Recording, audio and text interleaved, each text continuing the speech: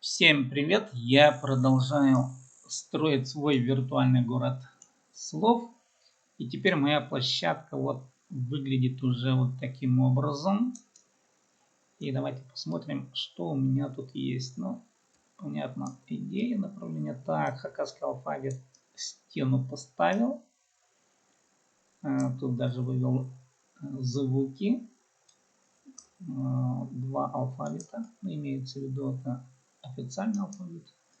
Это моя роспись. Так, дальше идем. Квартал хакасского местоимения. Кстати говоря, я прописал термин местоимение на хакасском языке как аднс. Аднс. Это личный мой термин. Так, дальше поехали. Тут у нас местоимение есть. Да, квартал личных местоимений. Дальше тут у меня пойдет квартал хакасского глагола. И здесь термин уже официально введенный в значении глагола. Так, и тут у меня был это самый первый квартал. Я решил пока его не изменять. И тут идут аффиксы настоящего времени. Дальше идут аффиксы прошедшего времени. Так, примеры потом распишу. Далее у меня пойдут аффиксы будущего времени, арьер. Дальше также распишу.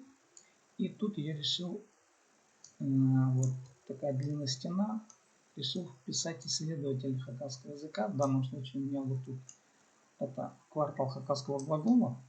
И вот исследователь Карпов Венедикт Григорьевич.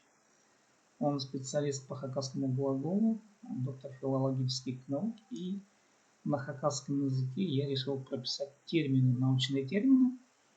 Например, наука в хакасском языке официально термин наука так и не принят никем. Я решил предложить вариант как плиг наука. Хакас тилинин плиг жизни, ученый хакасского языка или исследователь хакасского языка, да, человек науки. Хакас плигнин алгымы. Плиг это наука, значит получается алгым это знаток, лучший знаток, допустим, да, я решил термин доктор филологических наук в хакасском языке реализовать как плигнин алгымы. Алгым как степень уровня доктора филологических наук. Кандидат филологических наук можно предложить как плигнин криз. Криз это вхождение в науку. Алгым это уже более высокоразвитая степень, то есть более высокая степень научной специализации.